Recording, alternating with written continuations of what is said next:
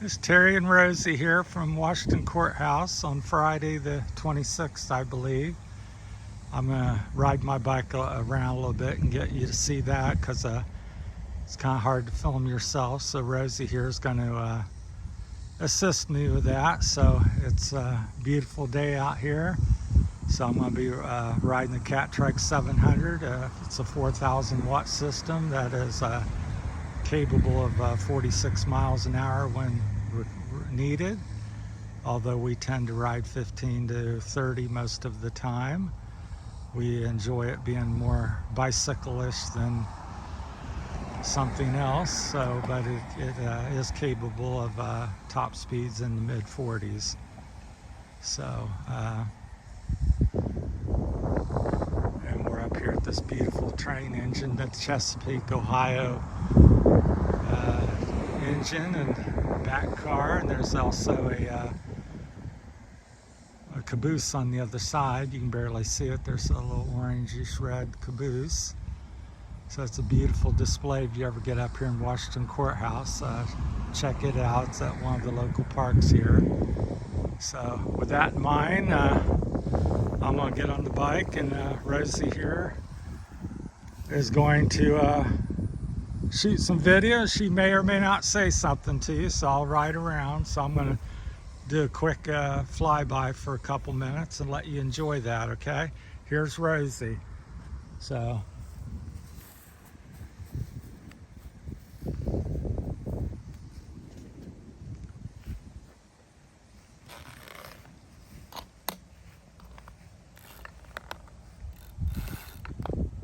can say a few words that might be helpful.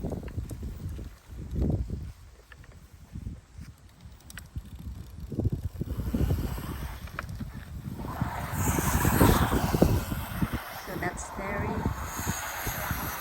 Describing how powerful is his bike. There it is.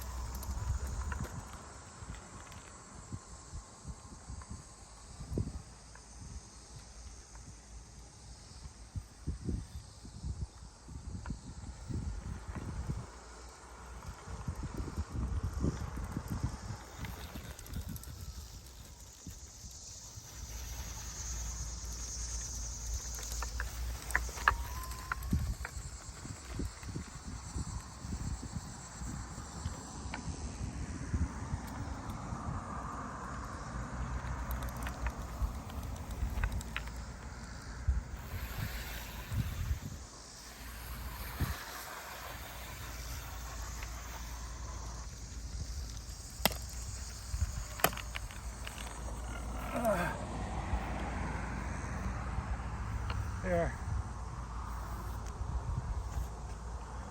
So that's my Catrike 700 with a Crystalite hub motor from HPC Cycles, 4,000 watt Crystalite controller, and I got some Grintech batteries on there. They're 21,700 cells, 24.5 amp hours, and I've got 2 of them, so double all that. I think in total it's got about 3,700 watt hours with burst up to 7,000 watts capable of producing. So anyhow, you can see the grass stuck all over the rear tire, so just wanted to do a little, hopefully I didn't lose nothing. My pack was unzipped, so sorry for the poor camera work. So just wanted to, nice to have somebody be able to hold the camera and film you while you ride. So Rosie, we both had the same days off this week, so we were able to get together. So go for a little ride. We're going out tomorrow to Bell Fountain, Ohio. So anyhow, that's what's possible. Some of the stuff that's possible on these bikes. They pretty much eliminate hills, go anywhere, lots of fun. As you can see in the donuts, do the same thing in the snow. So you can go out and slip slide and up and down the parking lots and grass. About the most I've went through of this is with the small wheels on. It's probably around 4 inches. You might get 5, but 3 and under is very easy typically, especially if it's powdered snow or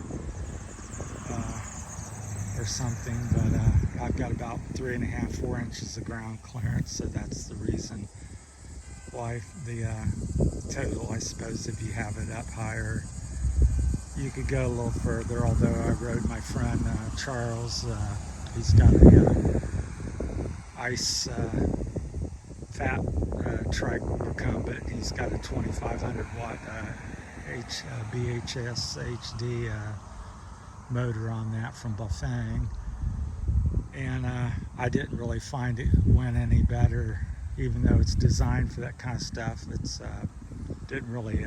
I find the bigger wheels kind of made a little unstable and not quite as fast. I thought mine was a little better, well, a lot better handling and stuff, just promoted more confidence. So, and plus mine, I built these trikes from scratch, so I just get the trike and then order all the, strip it down and put the motors and things on it. Different wheels. It's got aftermarket wheels from Australia, Mr. Recumbent. So I bought the rims and tires from him. His stuff's called True Blue, TRUBLU. So I got his new tires and rims. They're a lot wider than a standard Catrike rim, so they really let you corner much more aggressively. Mine's also built up with just running a signal speed, because with these hub motors and the kind of power they have, you really don't need gearing per se, because I can pedal at 5-10 miles an hour all the way up to the mid 40s. I have an 82 front ring, and I have an 11 on this D&P freewheel, so I just lock it in the 11 and then pull the boom out and to tighten the chain and keep the chain tight. So that's how I keep the chain tension.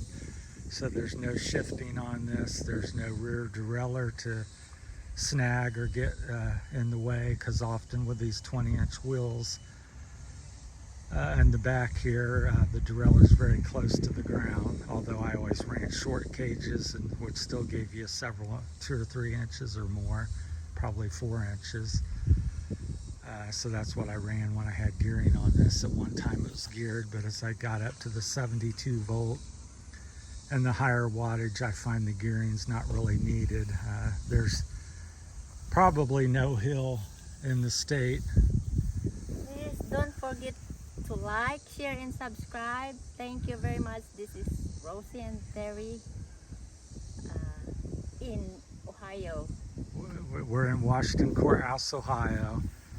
So that's our area that we like to ride at. Thank you for that, Rosie. So we'll post this, and so her friends and family back in the Philippines, that's where she's from, and that's why the connection to the channels, the Philippine journey. So we're contemplating and trying to end up there someday and finish our lives there. So right now we're in Ohio and just sharing our interest in the business I'm in, which is landscaping, and some of our many activities, which is hiking and these electric bikes now. So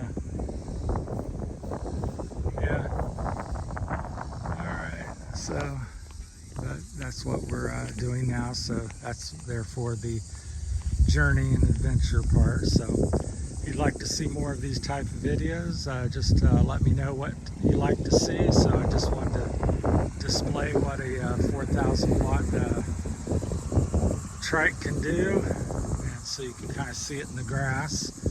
Now on pavement it will begin to spin the tire just a little bit, but these Maxxis hookworms have quite a bit of traction. They're 406 20-inch and they're like 2.0 size, so approximately 2 inches. And then I'm running a Stranger XLT rim. It's like 42, 43 millimeters, very wide. Again, I find on trikes a little wider tire and a little wider rim gives you a lot more stability. So you can see when I was doing donuts in the grass, very stable and lowers the center of gravity. So much better cornering. If I was on a 700C rear wheel, which is what the trike came with, yeah, you could do it, but you'd either possibly break, taco the wheel much more readily to do that, or flip it. So you have to have a little more skill and luck. So, but these smaller wheels, and I've got 36 spoke in the back. I typically run 13 to 12 gauge, and in the front I have 14 gauge. These are 32, and I have both 32 and 36. These are the Hope Pro 4s I just got, so they're 2022 hubs. So yeah, so that's the walk around. Then I've got a KMX fender on there. So if you have any questions, and what I use to stabilize or give this back, I don't really have a torque arm, but I've designed these and had them custom machined at a shop. So the silver part fits in the Catrike dropouts and is bolted in. Plus on the other side it has holes that go into the Catrike frame, so it supports the stiffens up the rear end and holds the axle on the hub drive. So to date I've got about 20,000 miles and have not had any problems with it. So it's still somewhat experimental and I'm the guinea pig, but so far so good. So I ride fairly aggressive, and like I said, it is 4,000 watt 72 volt system, so very powerful. I keep the controller here in this bag over here and then run the wires out underneath. So I just think it makes everything look real clean, and it doesn't have any problem overheating to date. So I've been riding all summer and not had any issues with it. So anyhow, there's Rosie. She's anxious to get going. She's getting ready to take off. I don't know if she wants to go through the yard and do any donuts, or No. you want to loop again or not. No, thank you. That's enough. She's fine. She's bent on going home. All right, everybody, thanks for watching. So hope you enjoyed this video, and we hope to take you on many more of episodes of our journeys and share our interest with you all and take you with us, and as we experience different things on our way to the Philippines or something, that we will share them as we get ready to go, and that's comes about. So thanks for watching. Have a good afternoon, and we'll catch y'all later. Thank you. Bye.